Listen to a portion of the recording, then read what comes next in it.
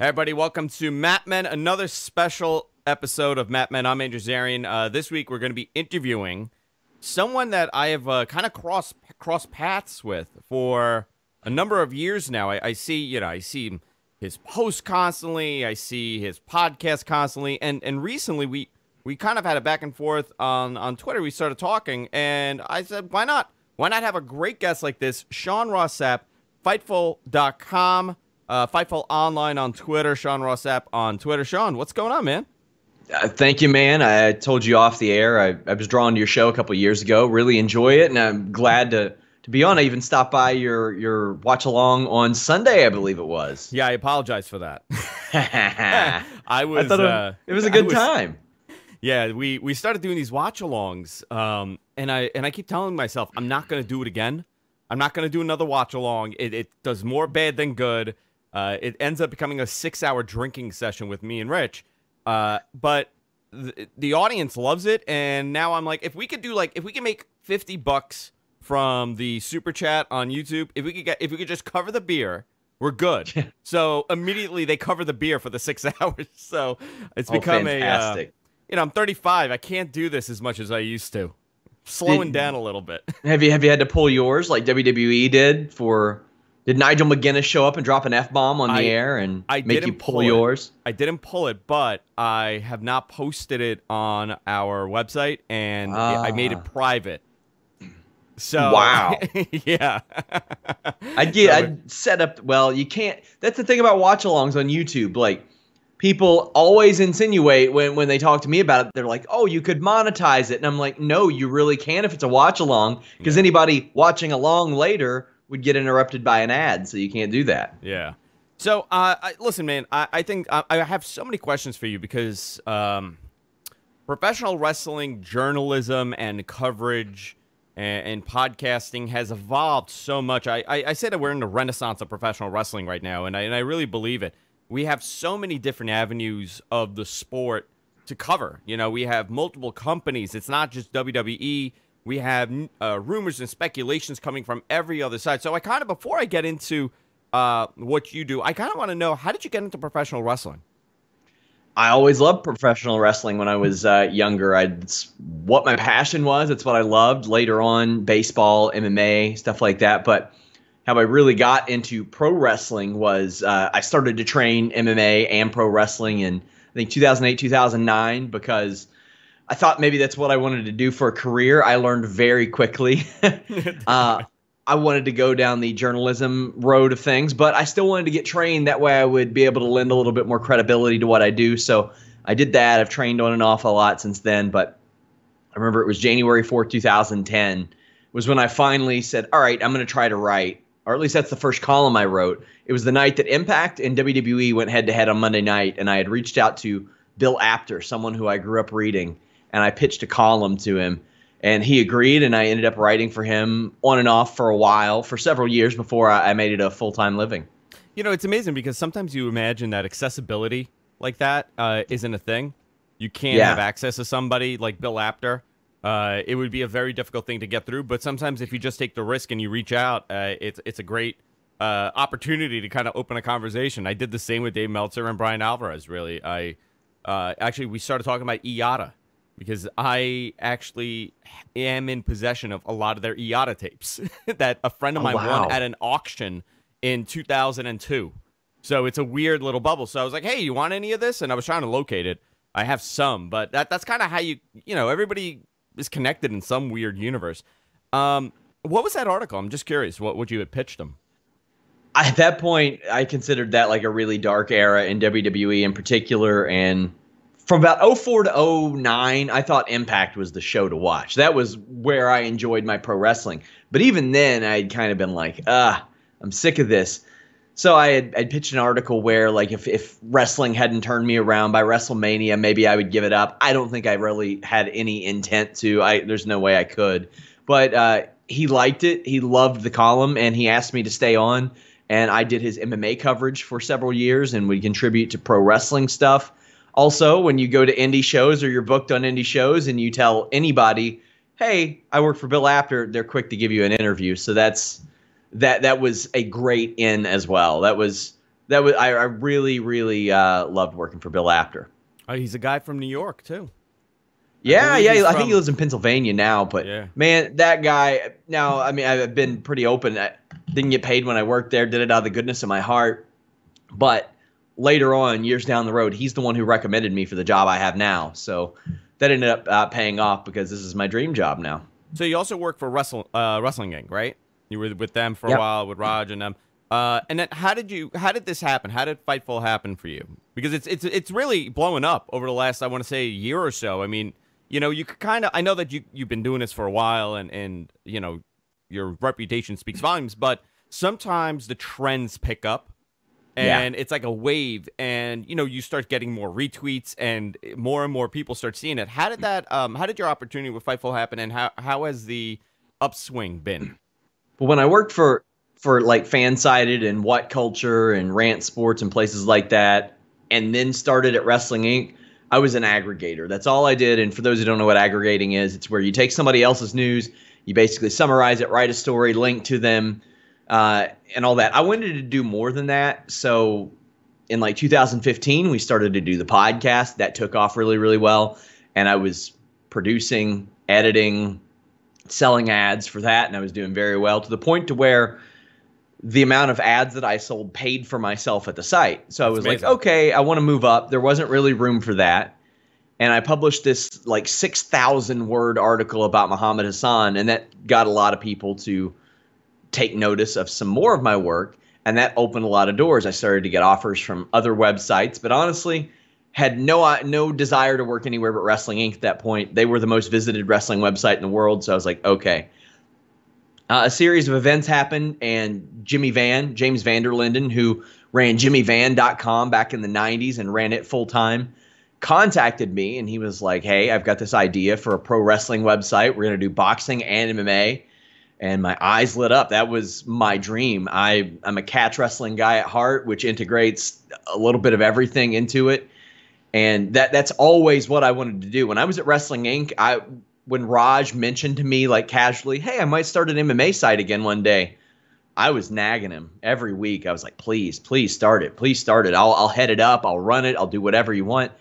But I got that offer. I know that Jimmy had spoke to a few other people. Later, I found out that Bill Apter was the person that said, hey, Ross Sapp is the right person for this job. And it's been pretty awesome since then. I had a lot of people that told me it was a bad decision to leave where I left, and I'm on very good terms with them. But I went through my favorited tweets the other day, and people were like, oh, you have 2,000 followers. Why are you starting a new site?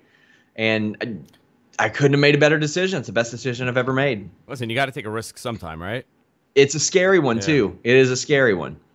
Yeah, it really is, especially if you have something that's working. So let's talk a little bit about what it means to kind of cover professional wrestling to the level that you do. I don't write articles, but we generally, a lot of people share similar sources. Everybody has some maybe a little different of a source. What's your process? I'm not telling you to reveal who you're hearing from, but what's your process when it comes to vetting people? You would be surprised how many people just reach out cold and just don't require that much vetting because they got a blue check mark next to their name already and you know who they are. There are other people who, whether or not they've had a blue check mark or not, you're like, I know this info is bad. Why are you doing this? I'm not gonna report this. There's stories that I hear and I question like 2 or 3 weeks ago, and I finally get that second source. Like this week, for example, not on the story that got a lot of attention, but another one, the women in Saudi Arabia thing and how WWE is making a push for that. I'd heard about that a few weeks back, and I was like, we'll wait and see. And then got a confirmation this week that they're pushing for that. But it also helps when you reach out to these people and you interview them before they make it big. Now, I'm not saying that I'm nagging all these people I've interviewed in the past, but if I look up and down the WWE roster, I've probably interviewed 2 or 3 dozen people that work there now. I did a show with Shane Helms. He does not reply to me on Mondays or Tuesdays anymore for obvious reasons, but I did a show with Matt Riddle. That stuff helps. And because I did shows with them, their contemporaries would know who I was. And like I interviewed Carl Anderson a month before he left New Japan and went to WWE. That one ended up helping. When you make those connections, it's easy to establish relationships, and it snowballs from there. That if somebody wants to develop connections, that's my biggest advice. Interview people early. Let them know that you care. Don't pretend you care. Actually care about their careers and the coverage that you're doing, and eventually you'll have a lot of people that you can reach out to and at least take the temperature of a situation. Absolutely. And one example that something that I've kind of dealt with is, especially when you interview them early on, they have the ability to kind of open up a little bit more because they don't have the restrictions of, let's say, WWE PR on top of them. We interview every WrestleMania we get through WWPR, a major interview. You know, we did the New Day, we did Enzo and Cass. We've done it for 3-4 years in a row. Would I say those are my best interviews? No, absolutely not. I wouldn't say those are my best interviews. But sometimes, you know, you have a guy like Jake Roberts that's, you know, in the middle of his sobriety. Sure. He comes on and he opens up, and it really could change things for you as a broadcaster or interviewer or journalist. How does it, like, we were talking a little bit about the vetting, which I always find interesting. It's hard, right? Sometimes you do have good sources, and this is something that I always talk about. You know, you see reports saying so-and-so and so, but things could change. Yeah. You can always see things could change. This is a business where things could always change, and that doesn't necessarily mean you're wrong for what you reported at the time, right? Yeah, and I don't report a ton of storyline stuff. I mean, quite frankly, there was a period where I was posting complete rundowns for Raw and Smackdown, and even some of that changed. And there would be times when I would get those 15 minutes into the show because the people who got them around the show got them then too. So yeah, things do change a lot. I do think that some people lean on that a little bit too much. There has to be a pretty solid divider between opinions, hunches, and reporting. And that's why at this point, like, stuff I post offhand on Twitter is getting put on Reddit. And I'm like, yeah, regret saying that now, but and then that's why I always make sure to say, this is not me reporting it. Please don't report this. This is a guess. Yeah, or sometimes you report something and people call you an idiot. Like when I reported that Bill Goldberg was going back to WWE when a guy from 2K... that will never happen. That'll never happen, Andrew. I'll never forget a guy from 2K that I ran into at a bar in the city. I think I was wearing a Bullet Club shirt, and he's like, "Oh, you like wrestling?" I'm like, "Yeah." He's like, "Oh, tell me about the Bullet Club." And I just started talking to him. He goes, "Oh, you know who's going back to wrestling?" I go, "Who?" He goes, "Bill Goldberg." I'm like, "Where is he going?" He goes, "WWE." And I'm laughing. I'm like, "Oh, this guy's a drunk." Yeah. And then he starts talking more. He works at 2K. He works at the PR team, and they're putting it together. And Bill Goldberg's going to be there. This was in December, and he showed up. When was it? Survivor Series of 2016. Yeah. So wow. This was a long time. It was right around the time he was in the video game. It could have been December, January, whatever that time frame was. So yeah, it was months. The video game drops in like September, October, and then he did the match in November, and then another one in January. Yeah, so he was set probably in January to do this. Yeah, I don't think 2K likes me right now. A lot of people don't like me. After I said that, they didn't like me either. But do you think we're getting our review copies next year? No, they stopped answering my phone call after that. I got the guy's number and everything, and he never responded back after that day. I think he regretted opening his mouth. But you know what? That's a cool get, right? That's a one-off that you kind of fall into. Other times, you got to do the work, right? You got to do one of my favorites was somebody who reached out to me. I don't talk wrestling on my personal Facebook, so I have one of those like pages that I never update. But somebody sent me a message on there, and they're like, "Hey man, Ricky Morton's at this general store, and he won't shut up about going into the Hall of Fame." And I was like, "Yeah, right. I bet. Whatever, guy." And didn't even think twice about that one. Just somebody who I had never spoken to before, and literally a week later, Ricky Morton was announced for the Hall of Fame. Yeah, it's like, oh, okay. You know, you get those, but over there buying Hostess cakes, talking about his Hall of Fame induction. I would have loved to be in that room for that. Him at a gas. Ricky Morton walking into a gas station has to be a bizarre sight, and the fact that the guy recognized Ricky Morton at the gas station. Yeah, all these years later. 66. Which, I mean, he probably sees Ricky Morton wrestle all the time out there. That guy's still at it. Wild, wild stuff. So I kind of want to talk more about now how what you're enjoying right now. Obviously, you said that when you first started, you thought TNA was really doing a great product. I still think Impact as a whole, they're doing a consistent TV show. Unfortunately for them, they are on a channel that nobody's going to watch, and they have terrible distribution, and they got the stink of TNA still on them. Unfortunately for them, because those guys are busting their butts and they're trying something. What are you enjoying right now in pro wrestling? If you were to say like the main thing that you're loving right now, what would it be? Man, the last 2 weeks, honestly, WWE has been on fire the last couple of weeks. Outside of some of the social media stuff, NXT's always good. That's the easy answer.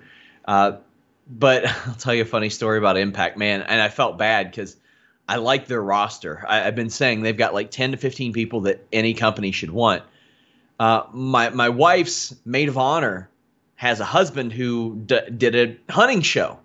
And I joked with him, and I was like, yeah, they got put on this channel that you could probably get on if you wanted. And I told him the channel, and he goes, I'm on that channel. That's awesome. And I was like, oh, man. And he goes, no, you're right. I was like, okay, then. It's unfortunate, right? It says, considering the fact that we are in this somewhat of a renaissance for pro wrestling, TV's still a very tough thing to get. Yes, it is. We're starting to see kind of the AEW stuff coming down. Obviously, we're going to find out by September what their TV situation is. But what do you think of AEW right now with their positioning and take the the hype from the internet and everything out of it a little bit? What's your opinion of AEW and where they could forecast them 6 to 8 months from debut? I think they will premiere on TV in 6 to 8 months. If I were to have guessed about a month ago, I would have said something on Turner. But since one of the big wigs is out there, I don't know. But I mean, one championship MMA got on Turner. Now, granted, a lot of that's on BR Live. I don't know how. I'm not familiar with that platform at all. But if I were to guess, I would say there. I know that there were the rumors of Access. Access quickly shut that down when I asked them. And I think they need a wider platform than Access. I don't think they can just be on Access. And a lot of people say, oh, online. But Ring of Honor is available online every single week. And nobody knows about it. Nobody, like, people always tell me, I miss Ring of Honor every single week. And I'm like, well, go to their website. Their show's up there for free. They won't have the benefit of having a broadcast company own them. So that will raise some questions. I think they're going to have a pretty solid live event structure. I think it might honestly be kind of the opposite of WWE, where their strength is their live event and the secondary is maybe their television. Yeah, it's interesting because if you look at the numbers right now for that for the next Double or Nothing show that's coming up, if you do the math, they're going to be crushing $1 million gate. Yeah, they should. I mean, I'm going to go. I don't know if I'll be there as press or if I got to buy a ticket, but I'll be there. And I don't like to travel a lot, but I saw that event and I was like, you know what? We're going to go there. We're going to get some content. It's a special opportunity. Their PR has been very easy to deal with. I can say that from at least my perspective. I like how they're doing the rallies and introducing people like that. I'm very interested in the true sports model that they keep talking about, especially with some of the people they have, because quite frankly, everybody they have can go in the ring to some degree. I mean, seriously, everybody. I work with Capital Wrestling to an extent. I'm a executive producer of their TV show. Their PR is very good too. I get stuff from them all the time. Listen, it's Matt Ryan, man. That guy is hustling and bustling. I applaud him for that. But I consult and I help them out with just business ideas and things like that. But we had Sonny Kiss for a long time, and what a fantastic worker! Unique style, unique character. Something you don't see. AEW grabbed him up immediately, and I think that's great because you kind of want to separate yourself from everybody and kind of be a little different. The Turner stuff is interesting because I have a very good friend in a high-profile television position, and he sent me this 3-page email about the audience and the viewership of pro wrestling. And every year or so, every network kind of plays with the idea, do we want wrestling? This is his what he said. And the problem is they need to specify their P1 audience, their P2 audience, and their P3 audience. P1 being us, right? Hardcore, yes. We're wrestling fans. We tune in every week. We will, even if we dislike it, we'll still watch it. We'll show up to events, stuff like that. But the money is in the P2 and the P3. That's the only way you build an audience. You know, WWE has 2.8 million views last week. That majority of that audience is probably a P2 viewer, not a P1. They have some weird calculation. In his words, there's 300,000 to 500,000 pro wrestling fans in North America. Legitimate pro wrestling fans. You can't build an AEW with only 500,000 fans. Yeah, not with the amount they're getting paid. Yeah. I do wonder about how the roster size will affect that, because they're not paying 90 to 100 wrestlers. They're going to pay about 30. When I look at things like that, I'm like, okay, because the perception for a long time was that wrestling fans just didn't spend money. And I can't tell you how much further from the truth that is. One of our big selling points is our premium service, our Patreon, that I didn't think people were going to pay for. It's amazing, and they right? Did. It really is amazing. We do the same thing, and my bread and butter has always been technology. Pro wrestling was a hobby for me, and then my main career was being somewhat of a tech journalist. I cover technology for a living. And my audience size is twice or three times as large for my tech show than it is for my wrestling show. But my revenue, my ad rate, is about equal. So it says a lot about how the pro wrestling audience has kind of changed. People are buying merchandise. You have companies like Pro Wrestling Tees that are, and obviously they do more than just pro wrestling, right? 1 hour tees. Yes. But they are sustaining this unbelievable empire of the t-shirt business just based on pro wrestling, which is remarkable when you think about it. And when you're a company that gets in before a lot of other people, look at USA Network. Their network was heavily built on the back of having pro wrestling on their network, and it's a staple to this day. I probably wouldn't know what 80% of the USA Network shows that I've watched are without if they had not been on prime time and then Raw and then things of that nature later on. So I could tell you two. La Femme Nikita and Murder, She Wrote. Oh yeah. Early on, Murder, She Wrote was the lead-in to Monday Night Raw, and La Femme Nikita was the show that went on after. And all you got was, I would have never known La Femme Nikita or Murder, She Wrote. I'm not the Murder, She Wrote demo. I don't know. A 9-year-old version of Andrew is not the Murder, She Wrote demo. Yeah, you would. I always catch those last 2 really confusing minutes of NCIS with Mark Harmon and the fuzzy camera to hide the fact that he's 70. Yeah. But I discovered Burn Notice because it was on after Raw. I, quite frankly, got back into UFC because The Ultimate Fighter was on after Raw, and that's what a lot of people did, and that helped rebuild the UFC. So, I mean, wrestling has a lot of power, but it's so up and down, and it's so unpredictable, and it's wild. It's such a unique industry to cover. It really is. You sometimes talk about passion. I'm sure this is if you were to say, well, this is my passion, this is your passion. And it's wild. Same thing with me. Pro wrestling has become really my passion over the last couple of years, and I've always enjoyed pro wrestling, but I didn't think that it would lead into somewhat of a career in my broadcasting spectrum of content that I cover. So you brought up USA. I kind of want to touch on Fox a little bit. A lot of misconceptions going along with this Fox deal. A lot of questions are up in the air. We had originally heard that Fox is somewhat looking between 3.5 million viewers per week on the network. I was told WWE was very confident that this is a number that they could hit due to the way networks are presented. And somehow that mentality has shifted a little bit because networks don't have the strength that they used to nowadays. If you were on a network, if you brought 3.5 million people on a network, that was a failure. Now, that's a success. So they're replacing a show on a Friday, which gets around 4 to 6 million viewers per week. What do you make? Do you think this is going to be a sustainable viewership for SmackDown? Technically, their B product to get 3 to 3.5 million every single week. they're going to have to stack the deck. You're going to need, I mean, Ronda Rousey's probably not going to be there. You're going to need a Roman Reigns. You're going to need more big stars on that show. You're going to have to actually care about the show. You're going to have to probably put forth a fan-friendly product. Now, I'm not saying make the baby faces go over all the time, but money's in the bank for Fox and USA. So you don't have to troll the crowd nonstop. Baron Corbin doesn't got to come out in his vest and troll everybody for 4 or 5 weeks straight. You can you can have crowd-pleasing acts that are also people that you love to hate in some degree. But then again, you don't want one that is too overbearing to where they tune out. 3 to 3.5 million on a Friday? No, I don't think that's sustainable for them. So the report was I believe it was a USA executive that said, "Well, it's not their main position. We may move them. We may move time slots. We may move them. We may shift them."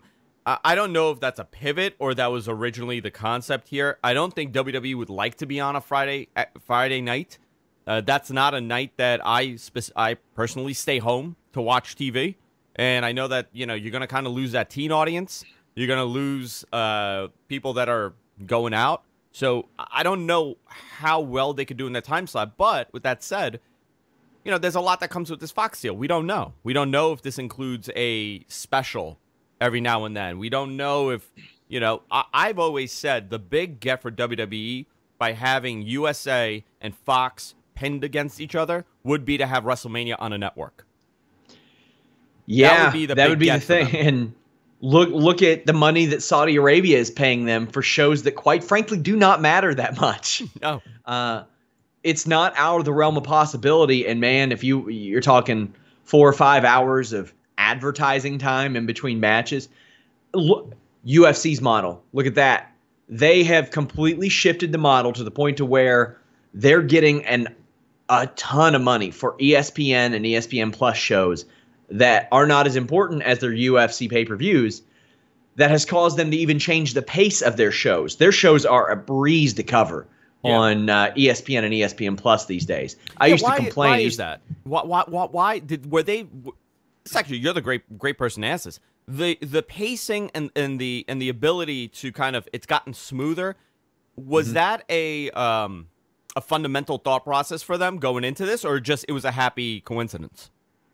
It was, for ESPN, it was the thing they wanted to push forward. I was told that they took a look at things and they were like, we appreciate the content, but a lot of this is on our digital service.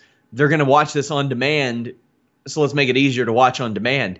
The way that UFC used to do it is they wanted to keep you in that building for 7 hours. When I first started to watch UFC, there were 9 or 10 fights on a show. Now there are 12 or 13. Every main event is a 5-rounder. You're on 3 different broadcast platforms, so you have to stretch the show out to meet that.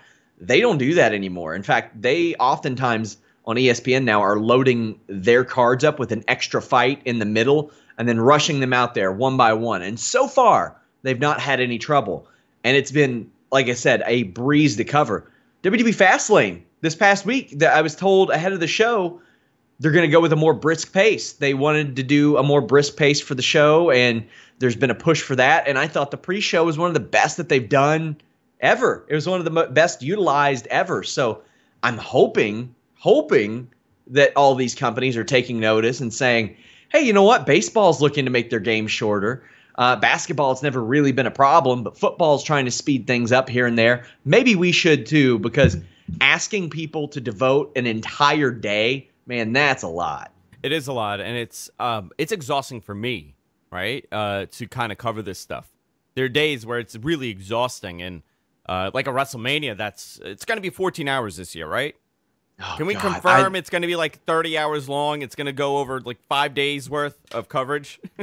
Here's my thing. I look at things and I'm like, man, that title could use a 6-person match. That one could, because they haven't developed enough rich stories around them. Then every singles match that gets added, I'm like, oh, that's either going to be 5 minutes or we're getting 16 matches. And that's why when somebody asked me who should Asuka face at WrestleMania, I'm thinking probably everybody. She should probably just say, I want to fight everybody and defend it in the Battle Royal and eliminate everybody at this point. Otherwise, she's going to get a 5-minute match on WrestleMania. Yeah, and it's about the payday for them at that point, but you kind of want to profile your abilities. So let's talk about WrestleMania. Are you going? Are you coming to New York WrestleMania weekend? I am not. I'm going to come to New York eventually, but I am not going this year just because I'm in a better place now. I got to give a lot of credit to Jeremy Lambert and Andrew Thompson. If you all don't follow them on Twitter, they are going to be big in the news breaking game over the next couple decades if they so choose to be. They are the first news team I've had that allows me to go out and travel and get to places, and that so much of that is on their instincts and their journalistic integrity that is not easy to find in this line of work. Not at all. So I think in future years I'll probably end up going at least for the lead up to Mania. That's what's allowing me to go to Double or Nothing, but not going this year. See, I'm in New York, right? I live in New York City. I'm not going to WrestleMania, but because I don't want to go to Jersey. Now that's part of it. I don't want to go. I don't want to go to Giant Stadium. It's not in New York. There's this misconception that WrestleMania is in New York. It's in New Jersey. I don't want to go. It's not because I don't want to see the event. It's a lot of work to go to that. But I am going to NXT. I'm going to a whole bunch of other shows that are happening locally. I'm looking forward to that. But yesterday, and I don't want to give any spoilers, the NXT TakeOver card shaped up. They did this set of tapings. And without ruining it for anybody, because I don't want to spoil it, I'm big. I personally love spoilers. Love it. Yeah. And I read spoilers. It's to me, it doesn't, but people get very upset when you leak something like that, when you don't warn them. So I'm not going to leak it, but I have to you saw this card. Holy moly. Has there been a more impressive NXT card than this? I think this might be the best one that we ever see. Or I'm that blown away by it, yeah. Period. I think it's great. And, hey, I'm a little partial to Matt Riddle when I talk on podcasts. I'm not going to be – I will be objective when I review his stuff, and he knows that. He kind of pokes fun at me whenever I take a shot at him or something. But, man, that match, pumped for. Main event, pumped for. Women's match, pumped for. Again, I won't give any spoilers either, but I see those top three, and I'm like, ooh. Yeah. And you know what? It's a 3-hour show. That's the best part. If they want it to be, it can be a 2.5-hour show if they want it to be. Yeah, it's at max it's a 3-hour show, and it goes by so fast. You want to talk about people who deal with the media right? Triple H deals with the media right. Keep in mind, this is a guy who, within wrestling journalism, was reviled for a long time. He's the one that runs media calls ahead and after NXT TakeOver and says, hey, get Fightful and Wrestling Inc. and SE Scoops and Wrestling Observer and all them on there. When WDPR, if I ask them for an interview, they're not giving me an interview. They'll give me tickets to Raw next month. They're not giving me an interview. Yeah. So Triple H being ahead of the curve and seeing that, man, that's awesome. I like that. It's a nice way of promotion. He doesn't do it in character like so many of these media calls I'm on where they have a heel on and they just play a character for an hour, and I'm like, all right, that's a waste of time. You mean Vince's early media calls? What is it? You mean Vince's early media calls when he used to do those, the investor calls in character? Some of those, but specifically Sami Callihan and Matt Taven. Like, all due respect to them for staying in character, but I can watch the show if I need that. If I need that soundbite, if I need that clip, if I need that article, I can watch the show. I can watch Impact Wrestling or Ring of Honor. I was on a media call this week, and Matt Taven was just healing everybody, and I'm like, great. I get 0 articles out of this, no promotion out of ROH 17th anniversary.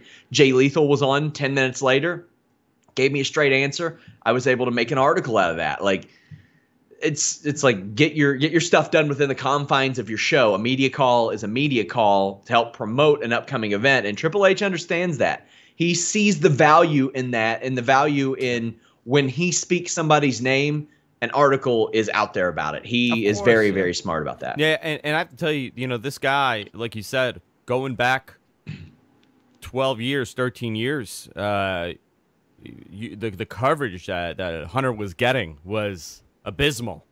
As, all this stuff about him keeping younger talent down. And, who knows if it was true, but the guy he's responsible for single-handedly bringing in that younger talent, changing what WWE, the foundation of WWE looks like at this point, bringing guys in like Ricochet. I'm curious and I would like to get your opinion. If NXT wasn't what it is today, right? If it was still a developmental like a Florida or OVW, who would what would the landscape look like? Who would the guys be? Would there be a place? Obviously, a Matt Riddle, I saw like his 10th match and he was great. A guy like him would maybe stand out, but a guy like Adam Cole, all those guys, where would they be in a position of possibly being, the spotlight on the main roster? Or I'm curious what your idea is, what the landscape would look like if we didn't have an NXT run by Hunter. I don't think Matt Riddle gets signed if Hunter doesn't run it.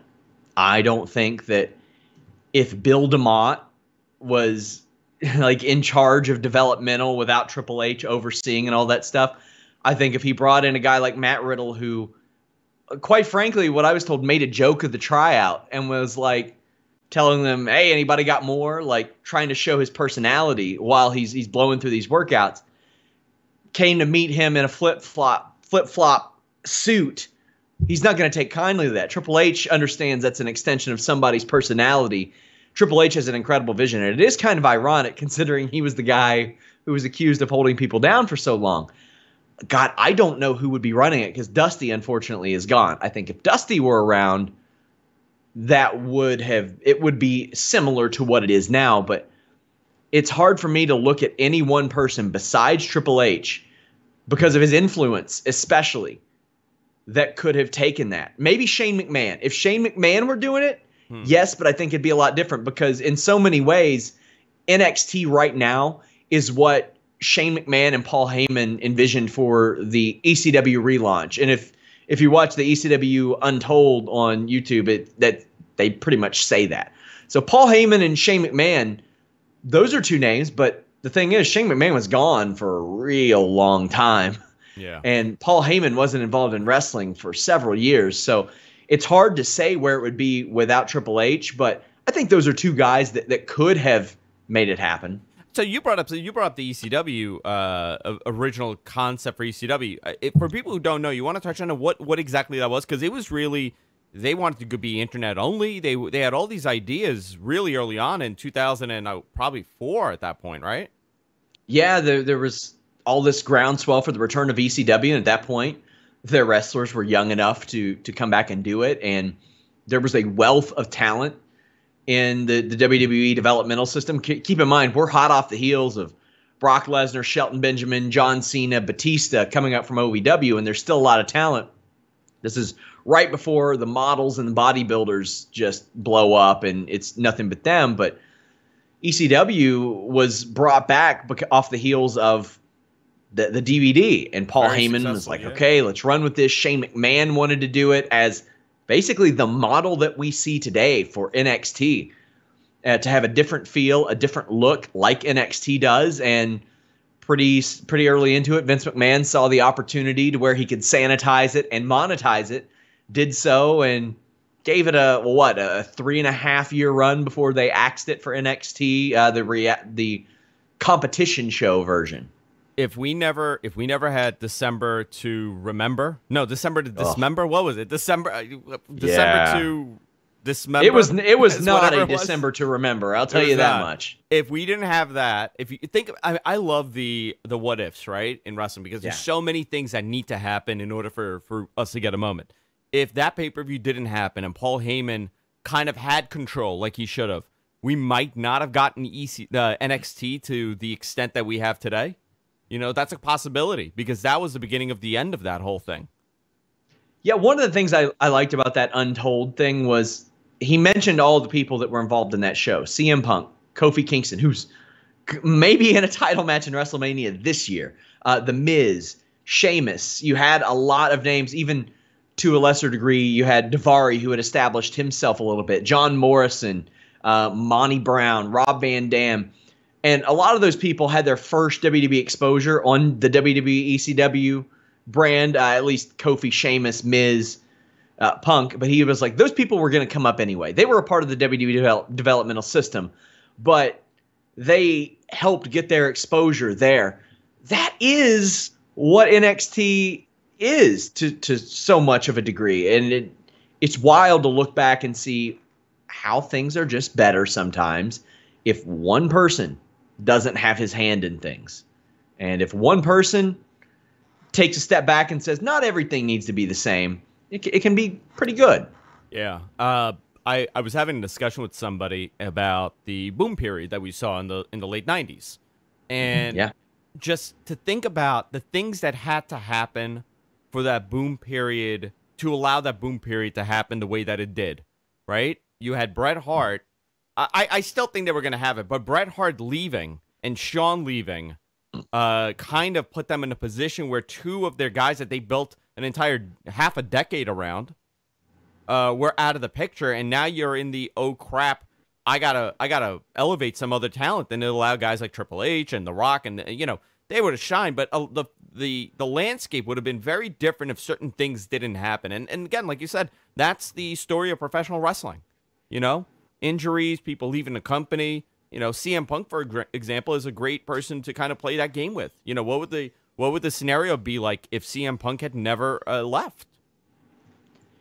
Yeah, and I wonder how much bigger he would have been if they didn't have him lose to Triple H or anybody within the first couple of months after his popularity exploded. Quite frankly, I think he should have held that title all the way through to, when till the time he lost it at the Royal Rumble to The Rock. He probably should have held it for even longer than he did. So before we wrap it up, because I could talk to you for hours here. Honestly, I'm really enjoying this conversation with you guys. If you haven't followed Sean, follow him. Sean Ross Sapp on Twitter. Obviously, Fightful Online on Twitter. And, of course, Fightful.com. Get all your pro wrestling news and information and podcasts over there. I'm a big fan of the website. I'm a big fan of what you do. I like that you don't I got to say this nicely because it'll offend people. But you don't make it about you and fighting with people and arguing with people, and you delivered the story, and you're very you're more conservative on the way that you release information. You recently told a story. Not a story, but you released information that Eminem. There's a whole thing happening with him in WWE, and but the way that you released it, it wasn't done in a sensational way. You literally reported what you heard.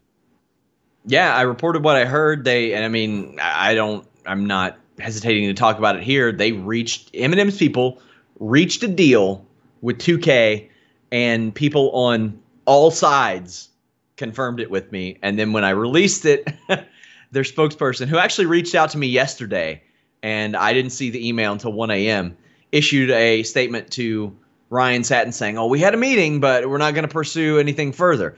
I don't know if that means they pulled the deal. I don't know what that is, because when you report things, you have to be careful. I didn't say Eminem was at the meeting. Didn't say Eminem signed anything. Said there was an agreement.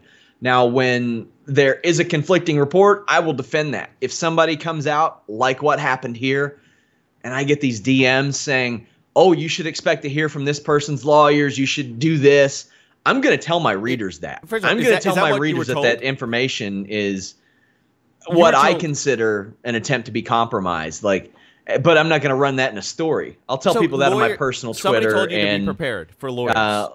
Yeah. That's not how coverage of stories work, right? Yeah. What have you done to require lawyers to be involved? That was the thing, and I had to talk to my boss, and he was like, you haven't done anything. And I did speak to my attorney, and he goes, you didn't do anything. He was like, you disseminated information that you did not sign any non-disclosure about. You have a shield law in Kentucky to protect sources. I've talked about it. We brought it up on our show last year when we were publishing rundowns and scripts last year. WWE hit us with a cease and desist and threatened legal action if we didn't reveal the source. We said, hit the bricks. We're not revealing a source. We'll stop publishing these documents, but that's about the extent of it. Eminem stories with WWE don't appear out of thin air. Yeah, otherwise, they would more often over the last 20 years. So if that doesn't end up happening, I'll feel bad for the people who made the deal happen. But I was not ready for that story to be as big as it was. I didn't expect that at all. So I'm gonna throw a couple questions your way. I like to do this at the end of the show, and I like to kind of know where you're at. In a year from now, right? A year from, if you were to just off the top of your head, who do you think is the top draw in WWE? Main roster. Main roster top draw in WWE. Well, if they push Roman Reigns the way that they have, it'll be him, just because anybody that they decide to push to that degree by default will be, because no matter what, there's going to be a giant groundswell of people who defend them. That's tough. It's hard for somebody like Becky Lynch to sustain that from this point to 1 year from now. Ooh, that's a good one. Landscape changes very quickly, right? It does. It does.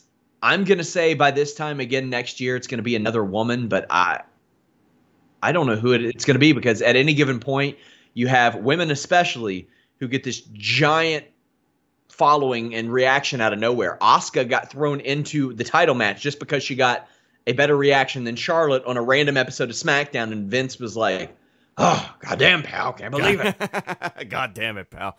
And now she's where she is. Yeah. Man, I'm going to take a wild guess and say Seth Rollins, but honestly, it wouldn't surprise me to see Bayley get like this just wild reaction out of nowhere if she gets booked terribly for a couple of months, because people are sick of seeing her getting booked terribly. But man, that's really hard to tell with WWE and who they go or who they don't go with.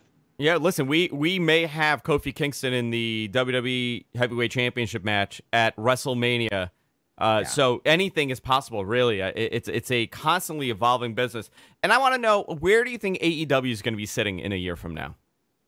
I think they'll be doing probably about 1.25 million on TV. They'll still be selling out venues. I think they're going to probably in 2020, if I were to guess, they're probably going to try to sell out a 20 to 30,000 seat venue. They should. They could have done it. They could have done it with this show. Yes, they could have. And maybe they try that in September. I don't know. I'm not privy to those discussions, but I think they'll be a solid alternative. I think they'll be what Impact was in the mid 2000s, but with better minds behind it. Yeah. You kind of touched on the number that's kind of the goal, 1.25 million. If they do 1.25 million, they are in a phenomenal position. On a weekly TV show. I would, if I'm going to I'm just going to throw it out there. I think their first show, they're going to do 760,000, and it's going to sit there for about a year around the 500 to 750,000 mark, based on my assumption of pro wrestling viewership. Now, that depends if they get on a TNT or a TBS, which would be very difficult if they're on a Tuesday, considering there's NBA games at that time. So I don't know what that scheduling is going to be. They ain't giving up NBA. They are not giving up NBA, but it may be better for them to take a crappier time slot and a day, so they have that cross promotion with the NBA. That is something that will be vital for their business. When you're watching an NBA playoff game, and here you go, you have the announcers plugging AEW professional wrestling on Turner. That's a humongous thing to have in your arsenal of marketing. You know, that goes a long way. So I like your 1.25. I think that would be the best scenario. I'm a total optimist, but I want to be a little bit of a pessimist here. I'm going to say 750. You know what? I think that's fair. Let's make a bet. When you come to New York, it's a lot unknown. Let's say you're in New York, and you know, it's a year from now. I'll buy you lunch if you're right on that 1.25. Well, that is a very optimistic, generous estimate based on the fact that I've never seen one of their TV shows. That's the thing. Knows? Yeah, who knows what it'll be? And I don't know what network they're going to be on. If they get on TNT, that's what I'll go with. If they get anywhere but TNT or TBS, I think it's probably 600 to 700,000. Excellent. Sean, pleasure to have you on. This is the first time we've done this. I definitely want to do this again. I really enjoy this. Let's. Yeah, this is great. Guys, again, Fightful Online on Twitter, Fightful.com, MMA, boxing, pro wrestling, a lot of stuff, podcasts on there. You cover it all. in the world of fight sport and professional wrestling. It's a not an easy job. I applaud you for your ability to do this. I envy your patience when it comes to having to write articles and manage this kind of thing that you're doing. I think it's an amazing upward swing that you've had over the last couple of years, and you should be really proud of what you've created there, because the information that you're putting out there and the news that you're putting out there, I stand by it. You know, if I were to look at it, if I was looking at Fightful.com and I see something is reported, I really don't second guess it. I don't say, well, is it true? How is it being reported? Because right now we're in a very weird bubble of journalism. Everything is opinion pieces that are listed as facts. Facts no longer matter.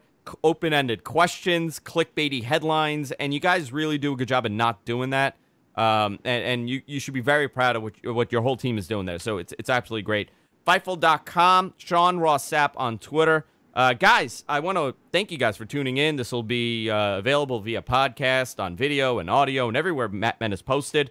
I recommend and I ask you guys, subscribe to us. If you're on YouTube, subscribe to us. If you're listening to us on iTunes or Spotify or anywhere podcasts are, subscribe to us. It helps us out. We are going to be back tomorrow on Friday. So if you listen to this on Thursday, we'll be back on Friday with our weekly summary. Rich is going to be here. So we'll be talking about that and a whole lot of everything else happening in pro wrestling news. And we'll have some fun tomorrow, guys. So see you next time. Take care.